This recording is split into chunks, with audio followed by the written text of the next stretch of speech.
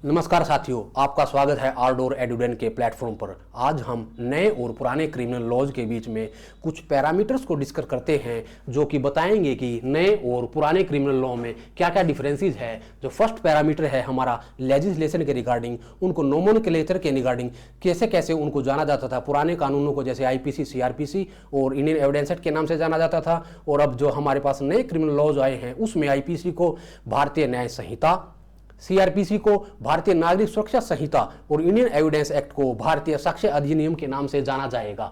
हमारा next parameter, इसके पीछे फिलोसफी है जो कि दोनों क्रिमिनल लॉज की अप्रोच को शो करता है। पुराने क्रिमिनल लॉज में हमारी क्रिमिनल लॉज की अप्रोच फोकस थी अक्यूज की पनिशमेंट पर, लेकिन नए क्रिमिनल लॉज में वो पनिशमेंट के साथ साथ विक्टिम के लिए भी नए नए कानून लेके आए हैं। उसके बाद हमारा नेक्स्ट पैरामीटर है डेवलपमेंट बैकग्राउंड। हमारे पुराने क्रिमिनल लॉज ब्रिटिश पीरियड के दौरान डेवलप किए गए, जबकि नए कानून हमारे नए चेंजिंग सोसाइटी के साथ उनके घटित क्राइम को ओवरकम करने के लिए, नए नए कानूनों को डिफाइन करने के लिए नए कानून को लेके आए हैं। उसके बाद हमारा नेक्स्ट पैरामीटर है पनिशमेंट अप्रोच।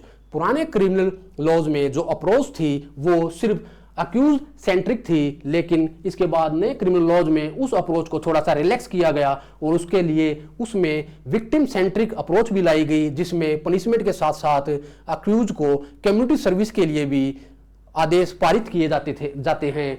इसके बाद हमारा एविडेंसेस के बारे में जो पैरामीटर है वो हमें शो करता है कि रूल पुराने क्रिमिनल लॉज में रिजिड थे, जबकि नए क्रिमिनल लॉ में वही रूल्स एक्सटेंड कर दिए गए हैं, जिनके लिए हमारे पास डिजिटल एविडेंसेस भी अलाउड करने के लिए कोर्ट्स को पावर दी गई है। हमारा नेक्स्ट पैरामीटर है ट्रायल प्रोसीजर्स, जो कि पुराने कानूनों में लेंथी था और महंगा होता था, उसी को अब नए कानूनों में स्ट्रीमलाइन कर दिया गया है और वर्डिक्ट और रिड्यूस एडजर्नमेंट कर दिया गया है। जो एडजर्नमेंट होती थी उनको अब कम कर दिया गया है। हमारा नेक्स्ट जो है पैरामीटर वो सेडिशन लॉ है, जिसको हम पुराने कानून में Indian IPC, Indian penal code में 124A के अंडर सेडिशन लॉ के नाम से जानते थे, उसी को अब भारतीय न्याय संहिता में ट्रेजन लॉ के नाम से जानेंगे। हमारा जो नेक्स्ट पैरामीटर है जो डिफरेंस शो करता है कि क्या क्या नए ऑफेंसेस ऐड किए गए पुराने क्रिमिनल लॉ में। जो हमारा पुराना क्रिमिनल लॉ था उस समय के घटित अपराधों को डिफाइन करता था, इसके वरन हमारा जो नए क्रिमिनल लॉज हैं अब जो सोसाइटी के साथ चेंज होते हुए जो नए क्राइम्स घटित हो रहे हैं